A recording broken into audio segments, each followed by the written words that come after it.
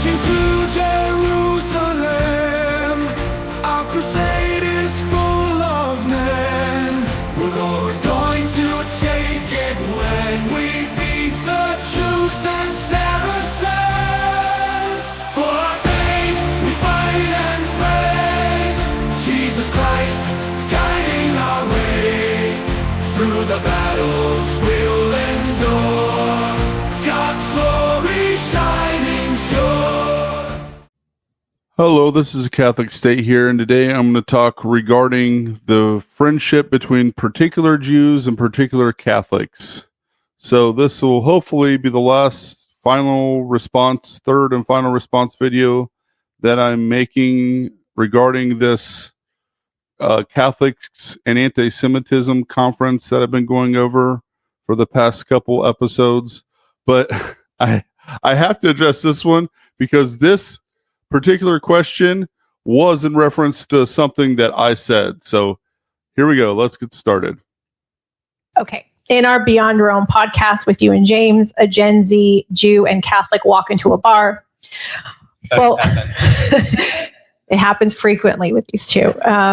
Both young Gen Z men, you're both devoted to your respective Catholic and Jewish traditions. And someone commented, if me and James were really your friends, Phil, you would have converted by now. Phil's that Jewish guy, second from the left on the panel. All right. How would you respond to that perspective? And more broadly, why do you think misunderstandings and divisions between our faiths have persisted for centuries? Sure. Thank you. It's a real pleasure to be here. My whole life, I like to say that I've been an Orthodox Jew amidst a sea of intellectual Catholics. And so I think I texted one friend of mine that I was speaking at CIC, and he said, "It's about time you've come home." So it's a real But he hasn't come home. He's still a Jew. I mean, that's not really that funny. Pleasure to be here. Yeah, so that episode that we recorded was just trying to give a taste of something that James and I actually do, which is to have a drink and talk about all the good things. And this comment that this obviously anonymous troll made on the post, it really did strike me. Okay, so let's look at the comment that was made, because I was the one that made a comment. So, okay, this is their stream. They're talking about, can Catholics and Jews be friends? It's their Beyond Rome podcast. And let me scroll down here. This is my comment. So you can see, here's the three of them. There's Simone, James, and then the Jew guy, Philip Dolitsky. And then I say here, you can hopefully see it pretty well. So I said, if you were really friends of a Jew, and I'm talking about mostly James here, and maybe to a lesser extent Simone, if you were really friends of a Jew, you would want them to convert from the vomit of Judaism. The vomit of Judaism is a term that the church has always used to describe the religion of Judaism, because the religion of Judaism is Antichrist. But you would want them to convert from the vomit of Judaism to the one true church that leads to salvation. Right? So, and then I have a lot of stuff here, like right here, I'm quoting the Ecumenical Council of Florence, where Pope Eugene IV dogmatically declares extra ecclesiam nulla salus, and it says it firmly believes, professes, and preaches that all those who are outside the Catholic Church, and including Jews, cannot share in the eternal life and will go into everlasting fire, which was prepared for the devil and his angels, unless they are joined to the Catholic Church before the end of their lives. Right? So Jews that don't convert to Catholicism before the end of their life, right, they go to hell. That is what the Catholic Church dogmatically teaches. And that's anybody outside the church. That's not just Jews, but anybody outside the church. Right? And then I quote this other dogma here that says, still by same Pope Eugene IV and the Council of Florence, firmly believes, professes, and teaches that the legal prescriptions of the Old Testament or the Mosaic Law, which were divided into ceremonies, holy sacrifices, sacraments, because they were instituted to signify something in the future, which is Jesus Christ, et cetera, et cetera, et cetera. Therefore, it strictly orders all who glory in the name of Christian not to practice circumcision even before or after baptism, right? And it says the Christians can't do it at all without loss of eternal salvation. But it also says, even regarding Jews, but it asserts that after the promulgation of the gospel, the Mosaic law cannot be observed without the loss of eternal salvation. Right? So it doesn't deny that from Christ's passion until the promulgation of the gospel, they could have been retained, provided they were in no way believed necessary for salvation. So from 33 AD to 70 AD, you could, like, and it talks about this in the Bible, like, the Judaizer question that St. Paul has with the other apostles in Acts 15, like, Gentiles, they can't practice the Mosaic law, but the Jews still can. So from 33 AD to 70 AD, it was allowed. But after 70 AD, anybody, and that means anybody that practices the Mosaic law loses eternal salvation unless they repent. And that's Jews. I mean, because they're the only ones that practice the Mosaic law still, right? And even in, Galatians 3:10, St. Paul himself says, and this is in the Bible, says that the Jews, that anybody that practices the Mosaic law is cursed.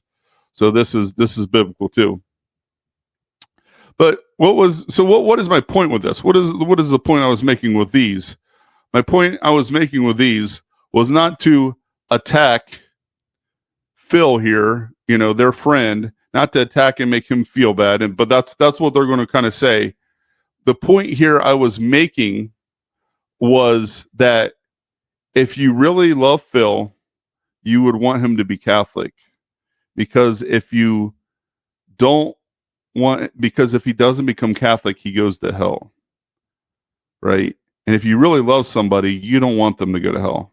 And I know that's difficult for some people because, like, even for instance, for me, like my family's full of Protestants and heathens, right? Most of the Protestant people in my family are just in name only, even, but Protestants and heathens, they're all outside the church. So it's difficult even for me, because I'm like, man, I love these people, but they're outside of the church, and the dogma says anyone outside of the church goes to hell if they don't reconcile with the Catholic Church before the end of their lives.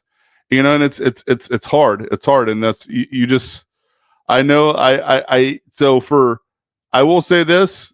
I don't know what James and Simone are thinking, but if they do pray that this Phil guy, this Jewish guy Phil here, converts every night, then good for them.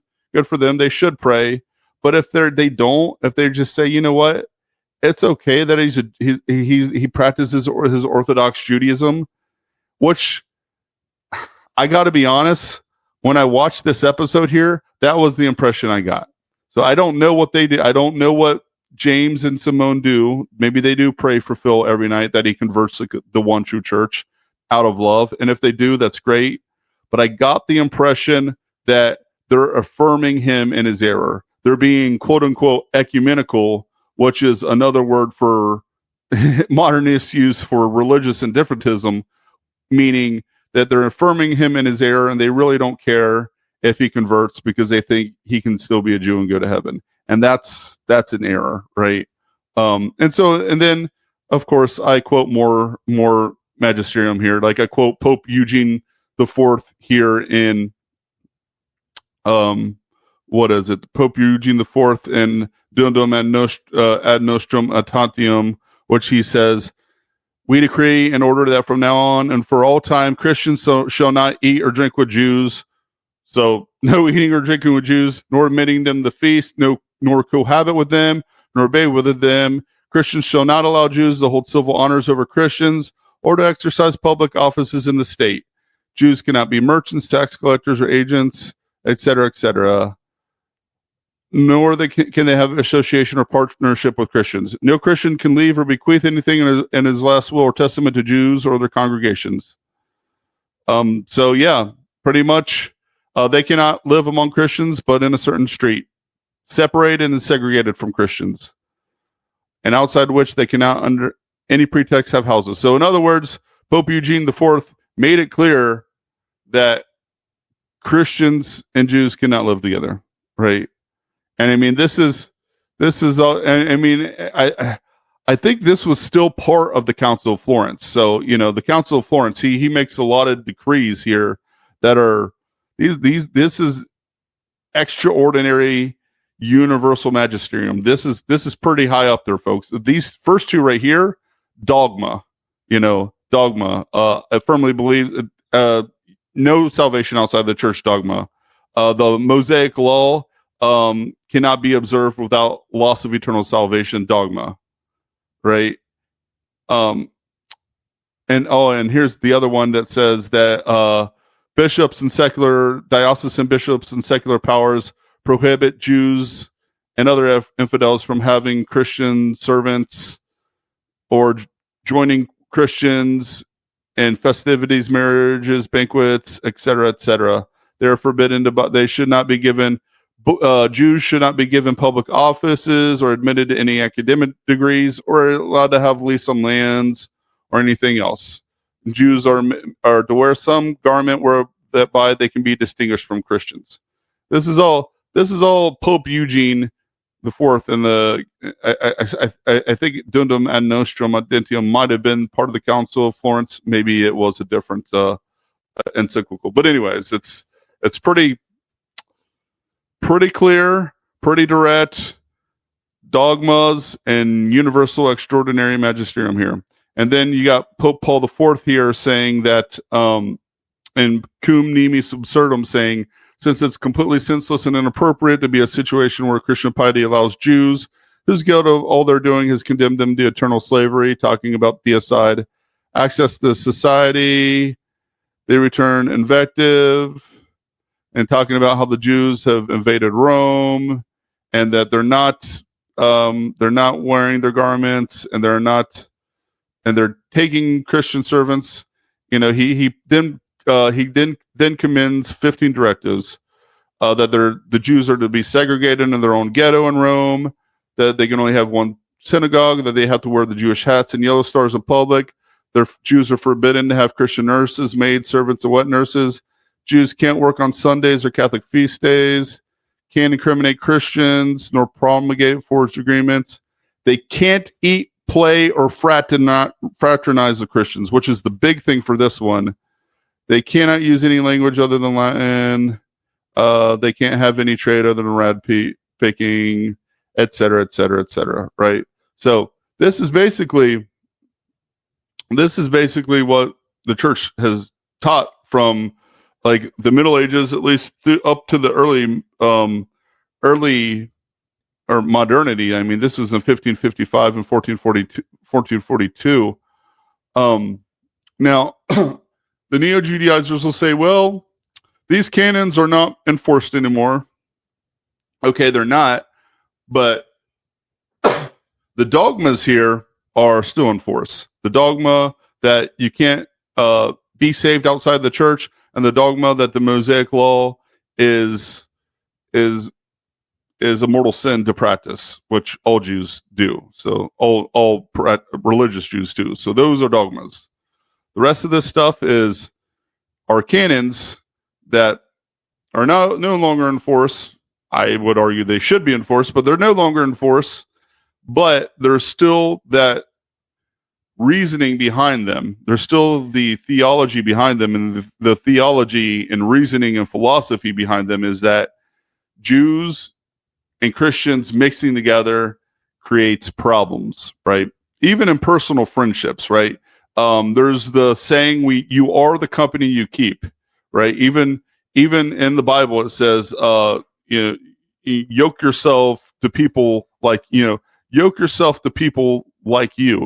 want to be equally yoked to people. You want, Catholics need to be around other Catholics. You need to be around the company that you want to be like, right? Because if you hang out with, like, let's say you hang out with a bunch of degenerates, they're going to rub off on you and you're going to be a degenerate, right? You hang out with a bunch of, Protestants, you might become Protestant, that might happen too. And the same thing with Catholics hanging out with Jews. You might become Judaized. Like Simone and James obviously have here. So this is what I said. And again, the reasoning behind this was not to hurt Phil's feelings. I'm not trying to hurt your feelings, Phil. The reasoning behind this is to make it clear that there is an enmity. There's always been an enmity, and mixing has not been traditionally been a good idea, because with Catholics and Jews mixing, what ends up happening is Catholics become Judaized and they lose the faith, right? And then they go to hell. They go to hell. And with Jews, if you're a Jew, you go to hell if you don't become a Catholic. So the best thing Simone and James can do is to want to convert Phil. Now, we'll get into other stuff here in a second. I'm going to play the other video more.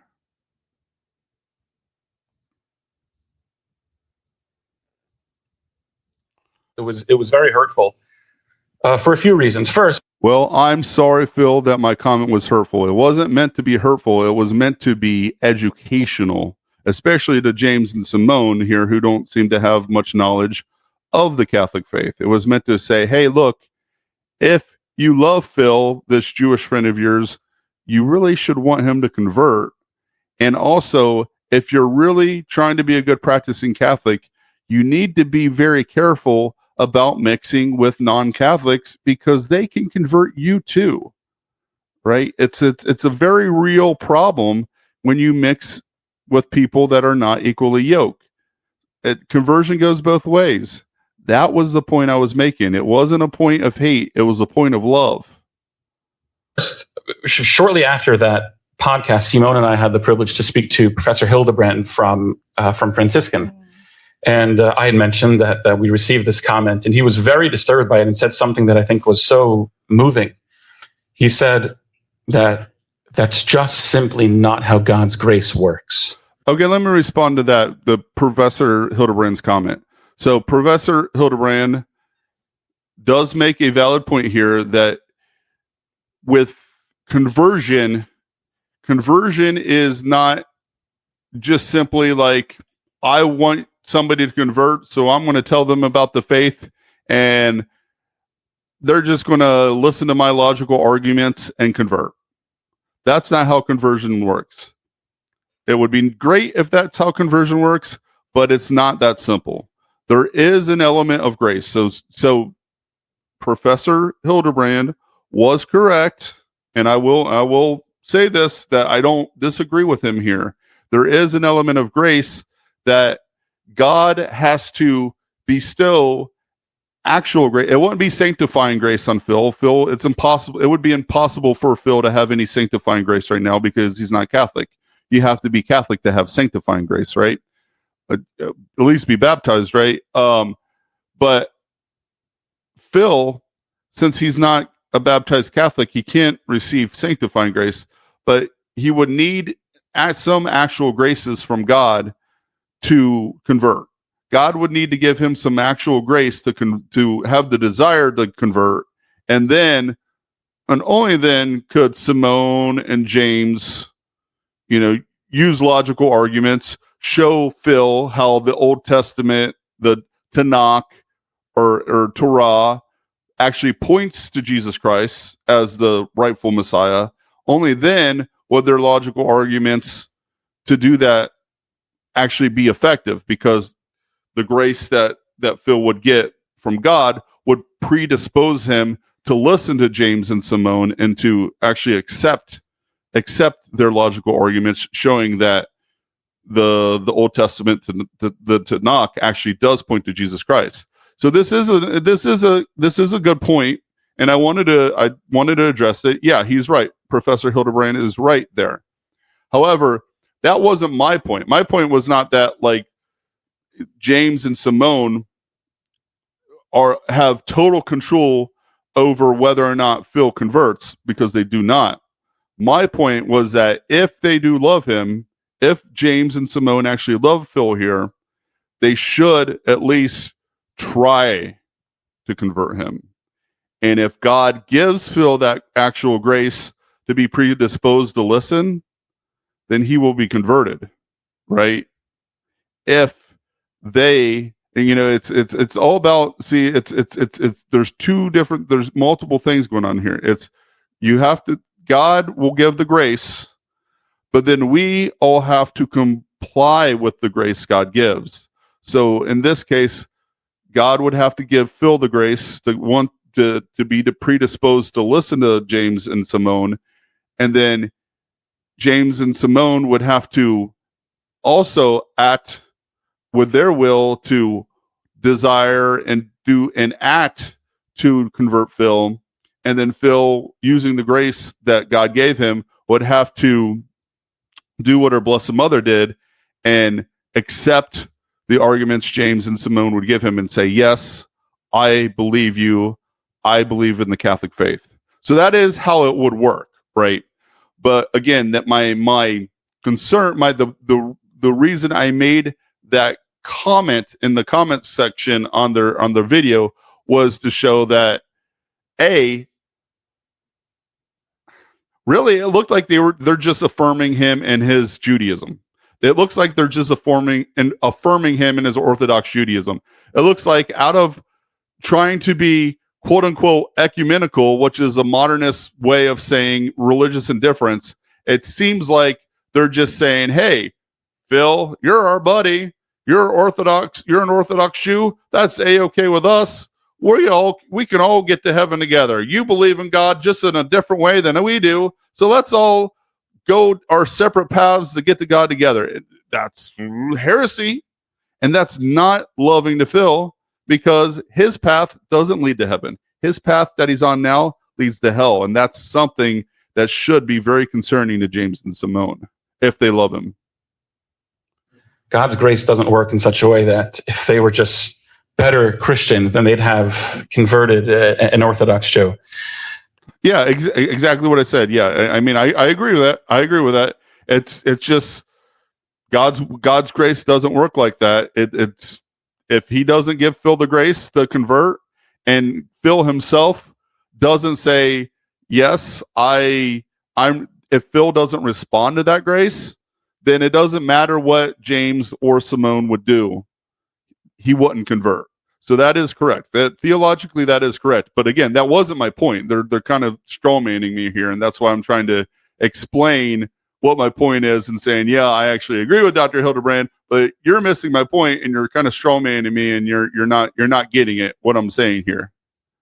But I also think that looking at a very objective level, it is an awful way to view friendship. I see that. No. I mean, friendship. We have to be friends with those that are equally yoked with us. We do. If we don't, there is a danger. I mean, you can technically those canons that I showed earlier saying that Catholics can't be friends with Jews at all, that the popes decreed earlier. Technically, those canons have been abrogated. They're no longer in force. So a Catholic can be a friend with a Jew if he wants, but you have to, it's similarly with marriage. You see mixed marriages today where Catholics get married with Protestants, with Jews, with atheists. I mean, there is a danger there. There is a danger that conversion is a two-way street, man. It really is.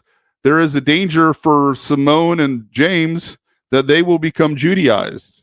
And to be frank, after watching a lot of their videos, after watching their Beyond Rome podcasts, I would say, like, without a shadow of any reasonable doubt, they are Judaized. They're very Judaized. They deny aspects of the faith regarding the Jews because they've been so Judaized.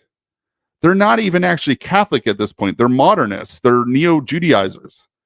I mean, they're Catholic in name only, but because they've decided to not be, with others that are equally yoked as them, they've dropped their guard, and now they're Jewish. They're Jewish in a very big sense.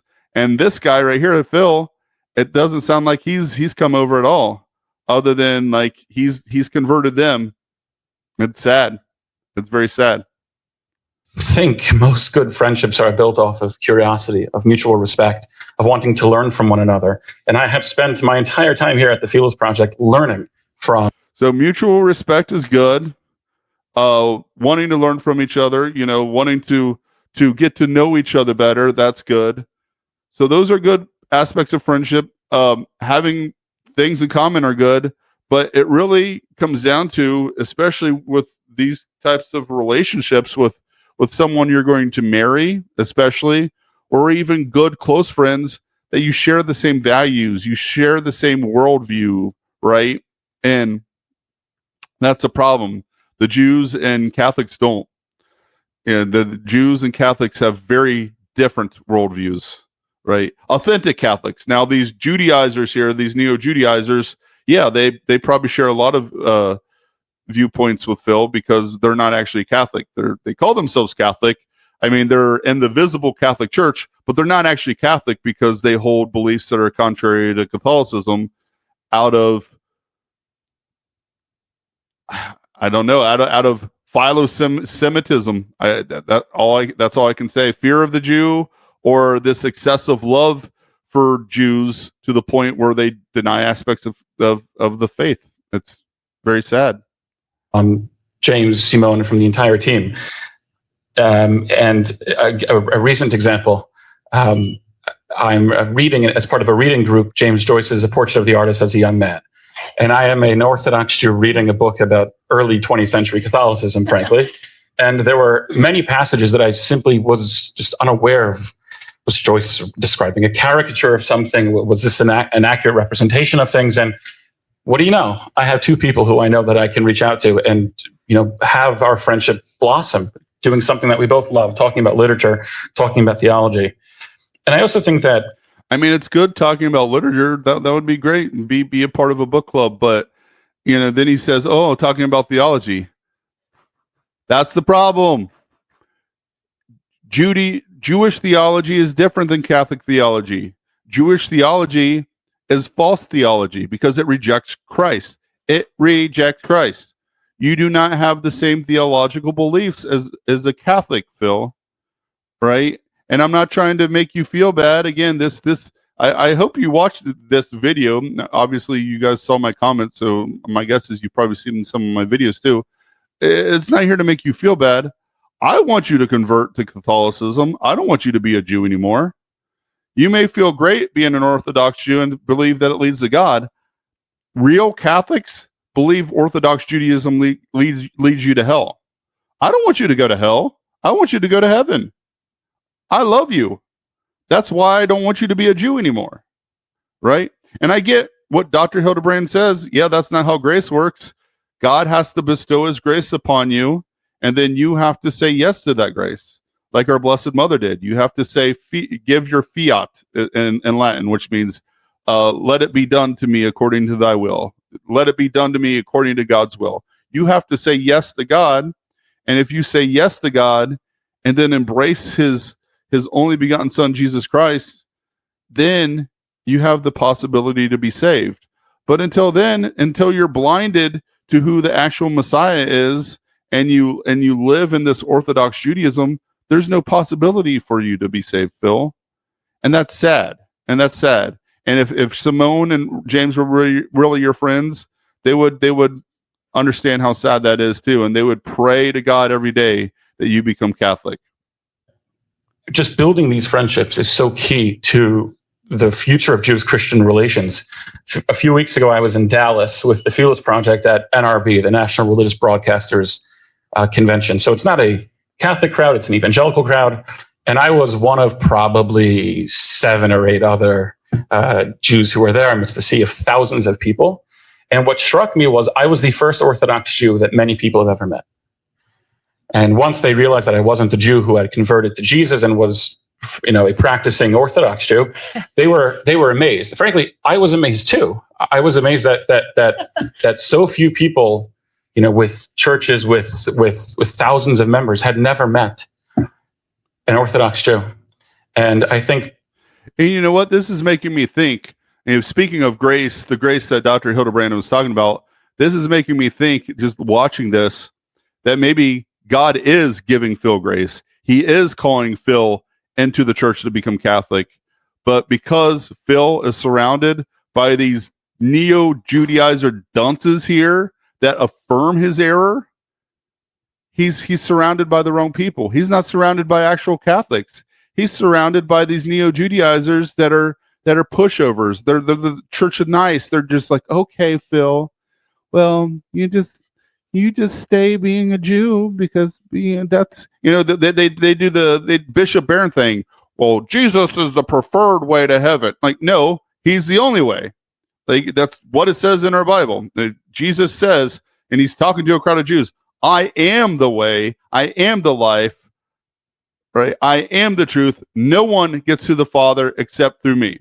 That's what he says. He's talking to a crowd of Jews when he says that. So Phil sounds like God has given him graces, maybe, possibly, this is a possibility, to actually get into these Christian groups, but instead of these Christians converting him, they're just affirming him in his false religion, and that'll lead him to hell.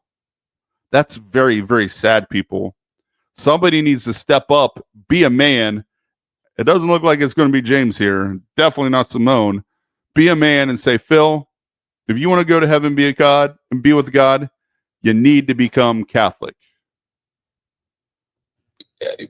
Facilitating those friendships goes such a long way. And so about, saying something to the man on the Amtrak train, one thing that I want to highlight is, so on October 7th, I was, of course, in synagogue. It was a Jewish holiday.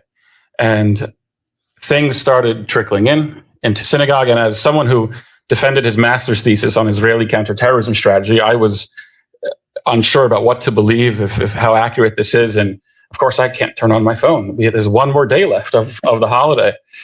It was a very painful, of course, holiday. And by the time I turned on my phone and I had seen everything that had occurred, and after I finished crying, I noticed I was so distracted by reading the news. My phone kept ringing.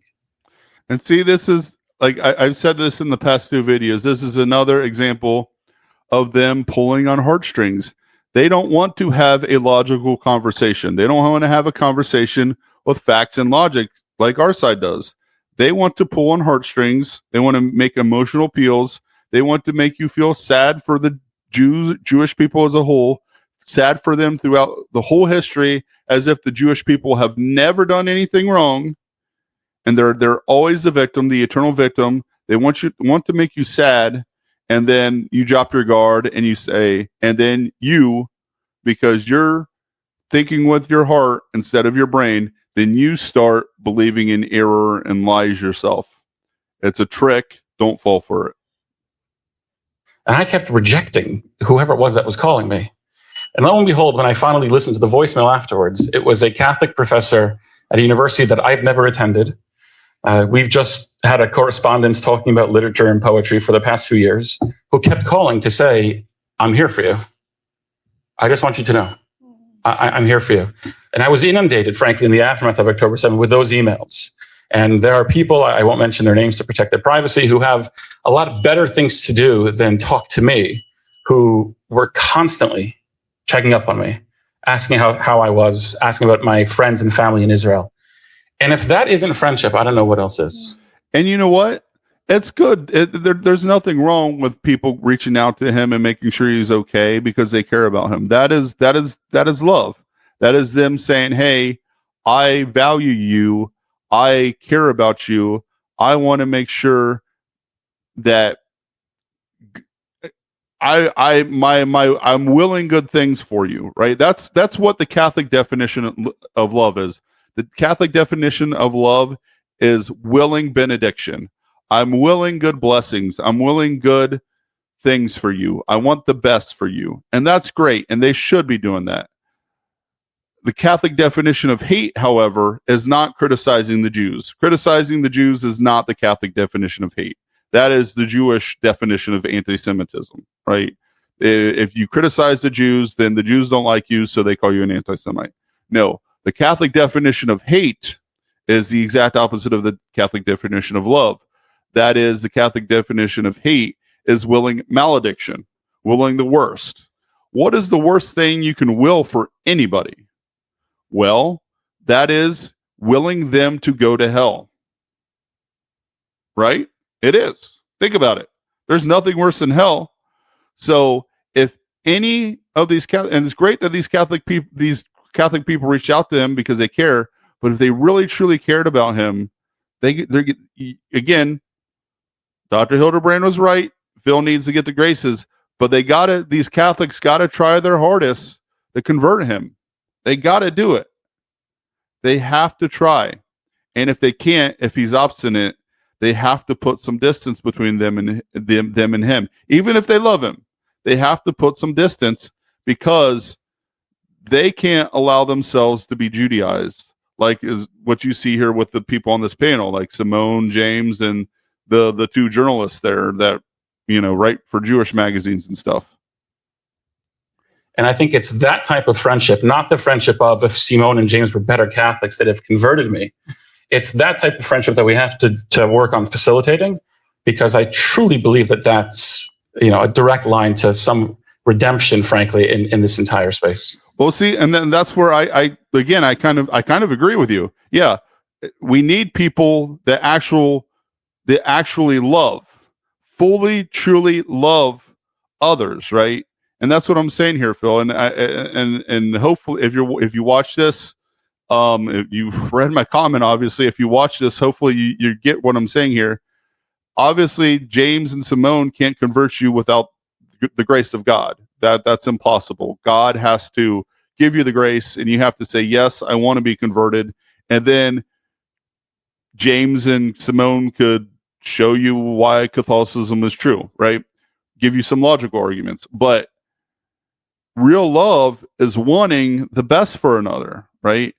In the Catholic faith, we believe that the only way to heaven is by believing in Jesus Christ and being a part of his Catholic Church. That's what we believe. Any other path leads to hell. So you're right, in a sense, that what we really need here is love. Love, and the type of love even you're talking about, is caring about the other person for the sake of that other person. That's what you're saying here, right? Caring about that other person for the sake of the other person. If James and Simone care about you for the sake of you, and all these other people that are calling you and contacting you and giving you benedictions and blessings and worrying about you, care about you for the sake of you, they should also love you enough that they want you to go to heaven. And the only way to do that is for you to become Catholic. And they should know that and try their hardest, at least, to show you that, and hope and pray every night that God gives you the grace to listen and to convert. Thank you so much. So beautiful, Phil. It's really fun at work because Phil our conversations are fun. Guess what, Simone? Jews and Catholics have been talking past each other for centuries. I love Jewish. Well, no, not really. It's not talking past each other. It's literally, there's an ontological opposition. There's an enmity that exists. It's biblical. It says it in the Bible. 1 Thessalonians 2:14 through 16. The Jews are the enemies of God and the human race. You Neo-Judaizers quote Romans 11 all the time. You quote Romans 11 like it's the only part of the Bible that you remember, but you always leave out the part of Romans 11:28, which says the Jews are our enemies, right? This is an enmity that has existed since Christ came, right? There's the people of God, the true Israel that believes in Jesus Christ, and then there's this false Israel that rejects Jesus Christ. These people we call Jews today are the false Israel. They reject Jesus Christ. That enmity exists. It's a part of our faith, and you just denying it and acting like, oh, we're just talking past each other. It's not only a theological error, but I think you're wrong, and you're just lying and gaslighting. So I hope you got something out of this. Please share this if you like this, and take care and God bless, my friends.